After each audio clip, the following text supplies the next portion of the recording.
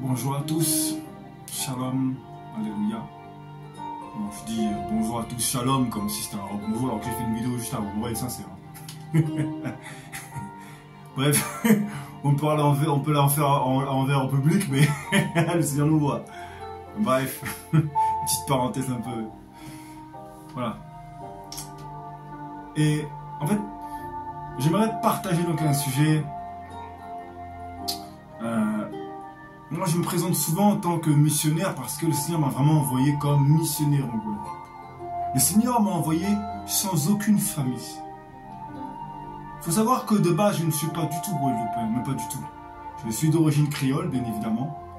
Voilà, mais je ne suis pas du tout de la Guadeloupe. Je ne suis même pas des Antilles. Ça regarde personne, mais je le précise, ça fait partie de mon témoignage.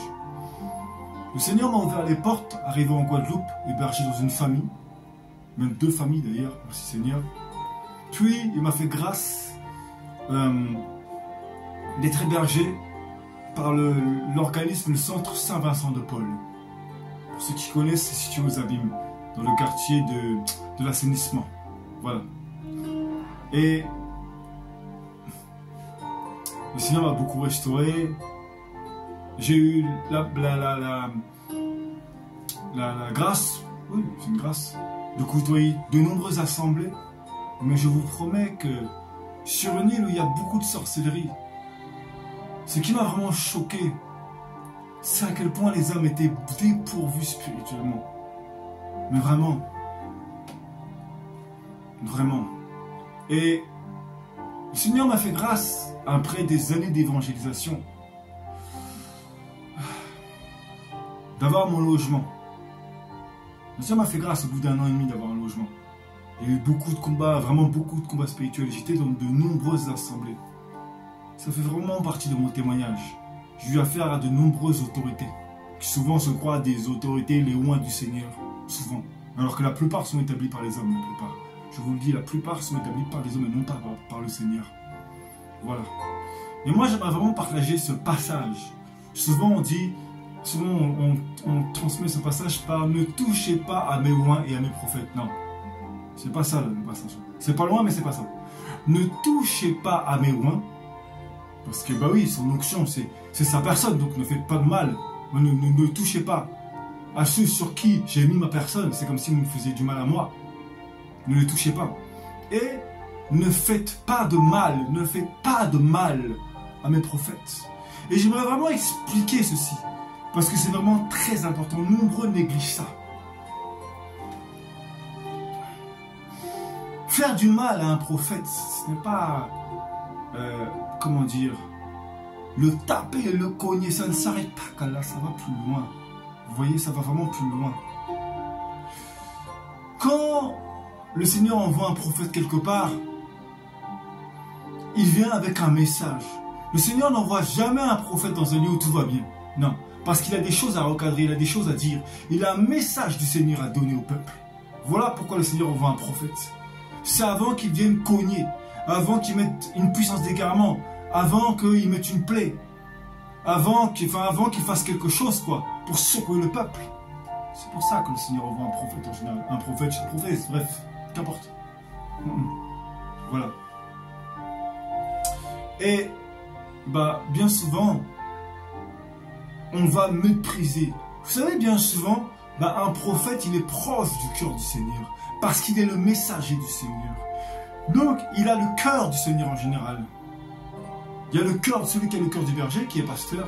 Mais il y a également le prophète, qui lui vient intercéder pour les âmes. Le Seigneur lui a donné l'amour pour les âmes. Parce que si le prophète vient pour informer le peuple, c'est par amour. Et je vous promets, plus le temps avance, plus il faut que le prophète soit d'une humilité, par rapport c'est d'une sagesse. Pourquoi ? Tout simplement parce que le peuple devient de plus en plus endurci de cœur. Il faut vraiment que le prophète soit vraiment façonné. Mais vraiment, je vous dis, hein, aïe aïe aïe. Le peuple, en fait, on arrive dans un temps où les choses sont tellement mises à découvert que bah, les instincts animaux de l'homme commencent à être dévoilés. Donc de plus en plus de gens font des animaux, quoi, tout simplement, voilà. Ils réagissent avec des caractères de fauves. Et si si vraiment, je vous dis, vous n'avez pas été travaillé dans l'humilité, c'est dur, vous ne vous rendez pas compte de ce que c'est que d'avoir la charge du prophète. Vous ne vous en rendez vraiment pas compte, je vous le dis. Le prophète doit vraiment s'adapter au peuple, doit comprendre le peuple, doit comprendre ce que ressent.